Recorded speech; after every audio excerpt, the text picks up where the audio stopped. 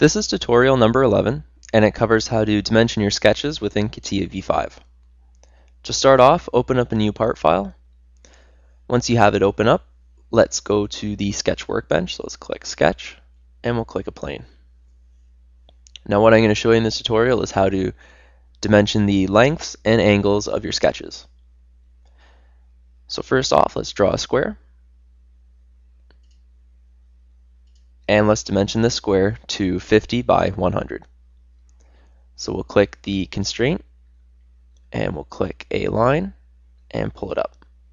When you pull it up, you now have the dimension.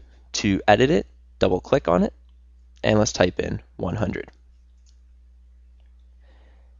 Now let's dimension the height, so let's click constraint. Last time we just clicked the line. This time let's click two lines, so we're doing the distance in between here, which is still going to be just like clicking that one line. So let's click this line, and we'll click this line and pull it out. Now again, double click on it, and we'll type in 50. Click OK. Now, if I was to put another dimension on this side for the 100, you'll notice that it will be purple. When you see purple such as this, it means that your sketch is over-constrained. So if I am to go in here and edit it, it's going to disrupt everything, and it can't happen. It's over-constrained. It's not going to work.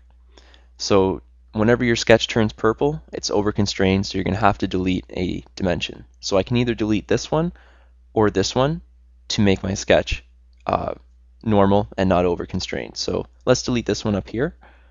And now everything turns back green. Green, good to go. Everything's fine. Nothing's over-constrained.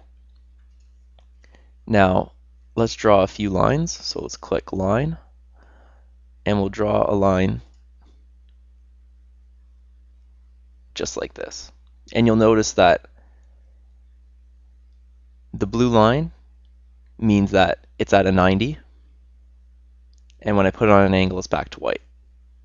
And when it's in line with that sketch, I'm getting that blue line, so I'm able to make it the same height as that. So let's make it the same height. And now let's do an angle. This angle from here to here. So let's click Constraint, and we'll click this line, and we'll click this line. And we get an angle. Now to change it, we'll double click on it, and let's change the angle to 15 degrees. Click OK, and now we have 15.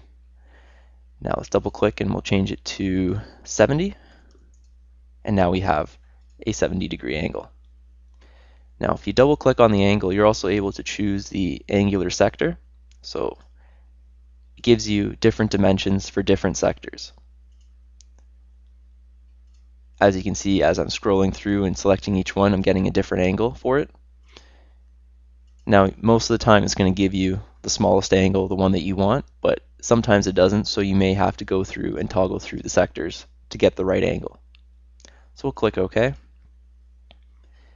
And let's delete this face here, and let's just close up this sketch. So we'll click this line, and we'll connect from that point to that point. And you'll notice whenever you connect point to point, you'll have a circle filled with a dot in the middle. Now if we click from this point to this point, and say we're just on the line, you're just going to get a circle with a line through it, meaning that it's coincident. If you actually have it right on the dot, you're on there and you're closing the sketch. So let's close that there, and let's click OK, and we'll exit the workbench, and now we've created our sketch there. And that concludes our tutorial on how to dimension your sketches within CATIA V5.